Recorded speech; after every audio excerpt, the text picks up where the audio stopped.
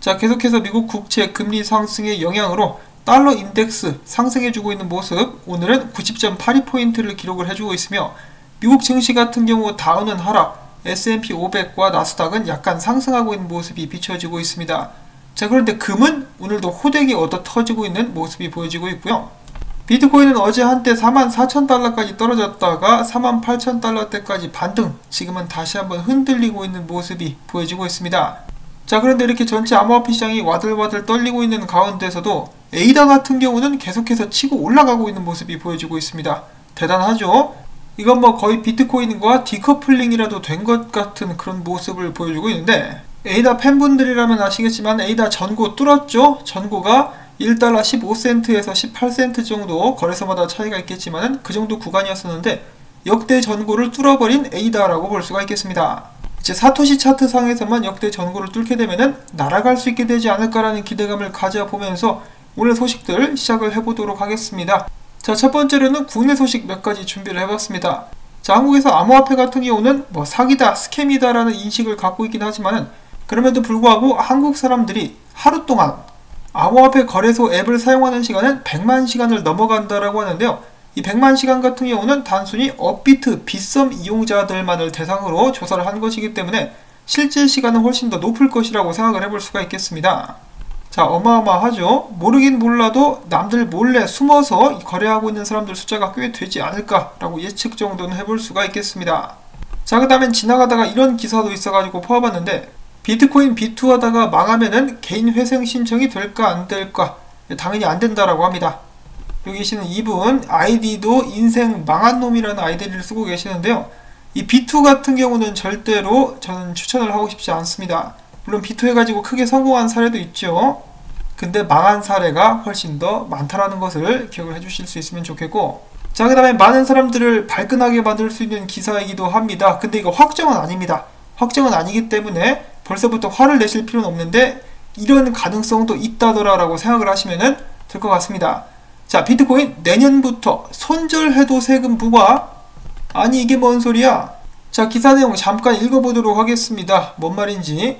자, 내년부터는 암호화폐를 매매할 때 손실을 보게 되더라도 세금을 납부해야 하는 상황이 발생할 수 있다고 하는데, 이 과세기준 평가 방법에서 선입선출법이라는 것이 적용되기 때문이라고 합니다. 이에 대해서 권인욱 IW 세무사무소 세무사는 이야기하기를, 가상자산이 저렴할 때 구매하고 가격이 올라서 추매를 좀 했어. 그 후에 이제 익절을 시키고 나면은 거래소에서는 평균 매수가액이 보여가지고 투자자들은 이를 보고 양도가액을 계산할 수 있게 되는데, 만약에 선입선출법을 적용하게 된다 그러면은 나중에 추매한 가격대까지 이제 처음 매수를 한 그 가격대로 포함이 되기 때문에 세금 계산할 때 굉장히 불리한 상황이 발생할 수가 있다라고 합니다. 자, 어디까지나 가능성에 관한 이야기고요. 이것이 현실이 된다라고 하면은 나중에 이제 추매 후에 해당 암호화폐 가격이 떨어져 가지고 손절을 치게 될 경우 그래도 세금을 내게 될 수 있다라는 것입니다. 자, 굉장히 불합리한 말도 안 되는 그런 세법이라고 볼 수가 있겠는데, 자, 당연히 이것이 현실이 돼서는 안 되겠죠. 자, 더 자세한 내용이 궁금하신 분들은 이 기사를 검색하셔가지고 읽어보시면 될 것 같고, 자, 그 다음에 테슬라 CEO 일론 머스크가 도지코인 시세 가격 조작 의혹을 받으면서 SEC가 조사를 하고 있다, 뭐 이런 루머가 퍼지고 있는데 사실이 아니라고 합니다. 이에 대해서 일론 머스크 같은 경우는 SEC가 나를 한번 조사해보면 좋겠다라고 하면서 배째 혹은 들어와 SEC 들어와라고 이야기를 했다라고 합니다. 자, 그 다음엔 알트코인 관련된 분석 몇 가지 보도록 하겠습니다.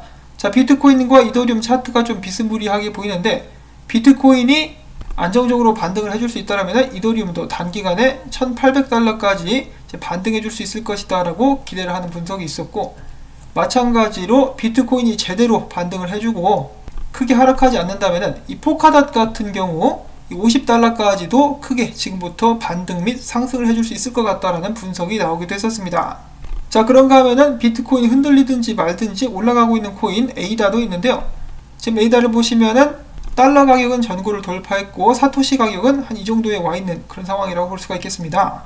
에이다가 굉장히 쌀 때부터 투자를 해가지고 어마어마한 수익률을 올리고 있는 360 트레이더 같은 경우는 다음 에이다 저항선이 대략적으로 1달러 35센트 정도가 될 수 있다라고 이야기를 하고 있네요. 참고로 이 사람의 이번 불장 사이클의 에이다 목표가는 3달러에서 5달러 정도가 된다고 합니다. 자, 그 다음에는 에이다와 마찬가지로 대한민국의 자존심이라고 볼 수가 있는 아이콘 역시 이제 상승을 기대하고 있다고 하니까요. 참고가 될 수 있기를 바라보기도 하는데, 여러분들이 만약에 트레이딩을 할 줄 모른다 그러면은 이 정보들, 이 차트 분석 같은 경우는 무시를 하시면 되겠습니다. 자, 그리고 에이다가 화제가 되고 있는 최근, 몇몇 사람들은 에이다의 창시자인 찰스 호스킨슨이 33살밖에 되지 않았다는 것에 대해서 깜짝 놀라기도 했었다고 하네요. 50살인 줄 알았다고 하죠. 제가 봤을 때 수염 때문에 그렇습니다. 수염 때문에. 한때는 이런 모습을 하고 있었던 찰스 호스킨슨, 풋풋한 모습이 보여지고 있네요. 자, 그 다음에는 그레이스케일에서 신규 암호화폐 투자 상품 출시를 고려하고 있다고 하면서 후보 코인들을 나열을 해주었는데요. 리스트들은 다음과 같습니다. 아베, BAT, 에이다 등을 포함해가지고 좀 쟁쟁한 코인들은 전부 다 이름을 올리고 있는 모습을 확인을 해볼 수가 있겠습니다. 이를 로고로 보자면은 이런 식이라고 볼 수가 있겠죠. 자, 과연 그레이스케일은 어떤 코인들을 선택하게 될 것인가? 뭐 대충 딱 봤을 때 가장 유력해 보이는 코인 몇 개가 딱 눈에 띄죠. 포카닷, 체인링크, 에이다. 뭐 일단 이 정도는 거의 확실하지 않나 라는 생각을 한번 예상을 해봅니다. 자, 그 다음으로 이어서 그레이스케일 관련된 소식. 최근에 비트코인 가격 하락과 함께 그레이스케일의 GBTC 가격도 많이 떨어지게 되면서 이 마이너스 프리미엄이 발생을 하게 됐는데요. 뭐 당연히 사는 사람보다 파는 사람들이 많다는 것을 알 수가 있겠는데, 이를 두고 암호화폐 미디어 진스라는 곳은 이것을 봤을 때 비트코인 투자자들이 유출되고 있는 것을 알 수 있다라고 이렇게 과대 해석을 하기도 했었다라고 합니다. 제가 왜 과대 해석이라고 하냐면은 코인베이스에서는 반대로 프리미엄이 상승하는 모습이 나왔었거든요. 그래서 제가 봤을 때는 GBTC를 버리고 다른 이제 비트코인 투자 수단을 선택하는 것은 아닌가라는 생각을 해봅니다.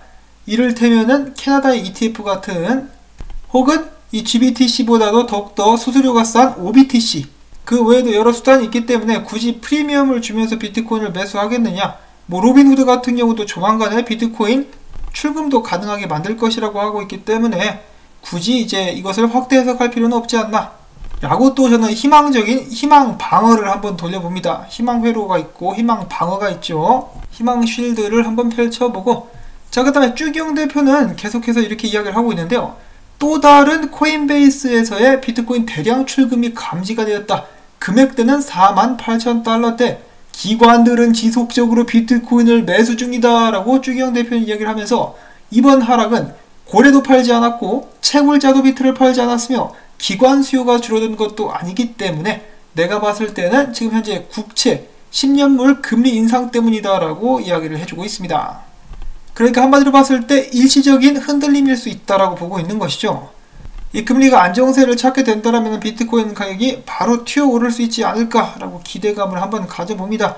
최근에 매수한 곳들이 꽤 많지 않았었습니까? 스퀘어도 그렇고 마이크로스트레이지도 그렇고. 자, 과연 이번 조정이 어디까지 오게 될 수 있을지는 모르겠지만은 아직까지 전체적으로 봤을 때 분위기는 나쁘지 않다라고 볼 수가 있겠고요. 자, 그 다음에 영국 런던 증권거래소 상장사 중에 하나인 모드 글로벌 홀딩스가 최근에 600만 파운드를 조달을 했는데요.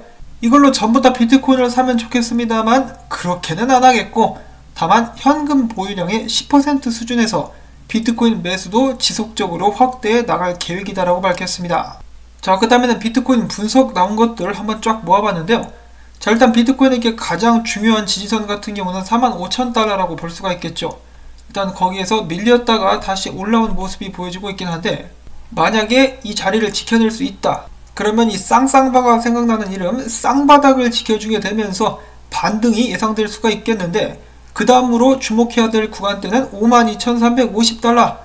쌍바닥 찍고 52,350달러를 뚫어야 지속적인 상승을 할 수 있는 것이지, 뚫지 못하면은 매도세, 그러니까 하락을 주도하고 있는 세력들이 여전히 주도권을 갖게 된다라고 분석을 했습니다. 그 다음으로는 뉴스BTC의 IUC 찐달 분석가, 비트코인이 마찬가지로 51,500달러와 52,000달러를 뚫어줘야 된다, 아니면은 42,000달러까지 떨어질 수 있다라고 이야기를 했는데 아직 42,000달러까지는 안 갔습니다.